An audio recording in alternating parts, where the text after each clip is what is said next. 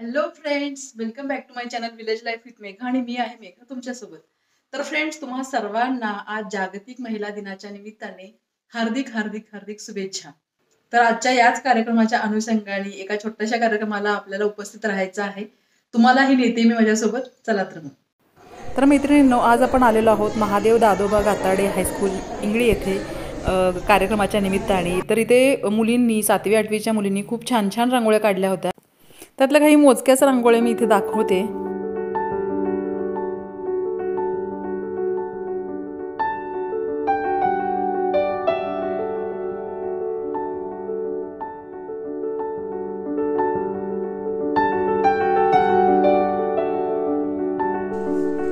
या वृक्षाला पाणी घालून आजच्या कार्यक्रमाचे उद्घाटन करावे.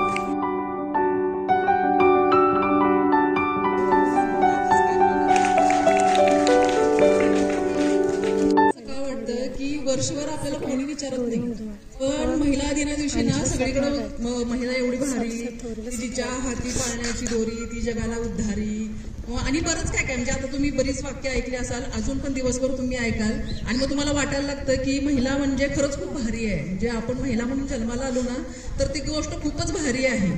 तर मग असं काही नाहीये. मला एक सांगावं असं वाटतं की जिच्या हाती पाळण्याची दोरी ती जगाला उद्धारी असं ज्याला म्हणतात, त्याला घरामध्ये किती किंमत आहे हे ज्याच्या त्यांनी बघायचं आहे. आपल्या घरात आपण आईला आपल्या किंमत किती देतो, आपल्या आजीला किंमत किती देतो, बहिणीला किंमत किती देतो.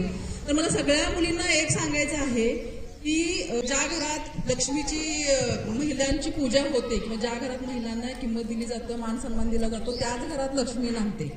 तर तुम्ही बघा की तुम्हाला असं कोण म्हणते काय की आईला ह्या दिवशी बसवलं पाटावर आणि तुला ओवाळते, तूच आमच्या घरची लक्ष्मी आहेस, त्यामुळे तू समाधानी होणं महत्वाचं आहे. किंवा तुला असं कोण बहिणीला कोण म्हणते काय किंवा बहीण आज तू बस इथे, मी तुला आज ओवाळतो कारण तुला किंमत दिल्यामुळे माझ्या घरात लक्ष्मी येणार आहे.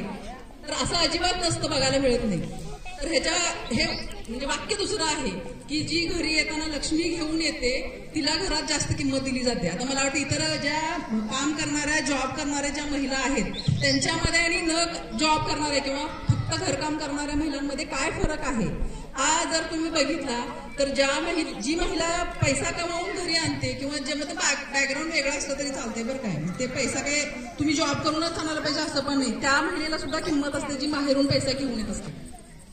तर मला वाटतं हे आपण काय करायला पाहिजे, माहेरून आपल्याला जगण्यासाठी मान सन्मान मिळवण्यासाठी माहेरून काहीच आणायला लागू नये, त्यासाठी तुम्हाला प्रयत्न करायचे. काय करायचं आहे तर तुम्हाला विद्या घेऊन इतकं सक्षम बनायचं आहे की कुठल्याही गोष्टीसाठी तुम्हाला दुसऱ्या पुढे हात पसरायला लागता कामा नये. आता इथं रोपाला पाणी घातलं, एक नवीन उपक्रम राबवला, मला अतिशय छान वाटला तो.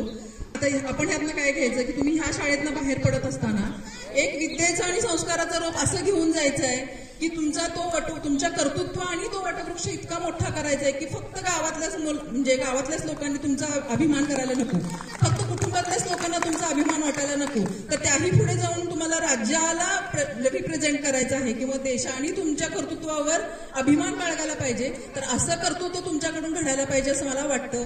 आणि आता बघायला लागलाय तुम्ही सेवांमध्ये वगैरे सुद्धा बऱ्याच मुली पुढे येताना दिसतात. आपल्यासारख्या छोट्या गावातून सुद्धा जर इतक्या महिला बाहेर पडत असतील तर तुम्हाला तर खूपच गोष्टी मिळायला लागल्या आहेत. आता इथं एक गोष्ट सांगते की ह्या वयात तुम्हाला इतर गोष्टींचं अट्रॅक्शन होणं खूप म्हणजे काय म्हणतो ते किशोरवयीन ह्याच्यामध्ये ते होतच असतं, पण त्याला टाळून आपण काय करायचं, आपल्याला करिअर महत्वाचं आहे. जर तुम्हाला भविष्यात आयुष्यभर जर मान सन्मान मिळवायचा असेल तर हे काही गोष्टी आकर्षण होतं, त्या आकर्षणाला बाजूला ठेवून शिकून इतकं मोठं व्हायचं, आपल्याला बऱ्याच गोष्टी आत्मसात करायच्या आहेत आणि त्याच्या जोरावर तुम्हाला तुमचं भविष्य अगदी सुखकर करायचं आहे. इतकं सांगून मी माझे 2 शब्द संपवते. धन्यवाद. चला तर फ्रेंड्स, जस्ट हा कार्यक्रम आटोपून मी घरी आलेले आहे. पुन्हा भेटू पुढच्या व्हिडिओमध्ये. तोपर्यंत नमस्कार.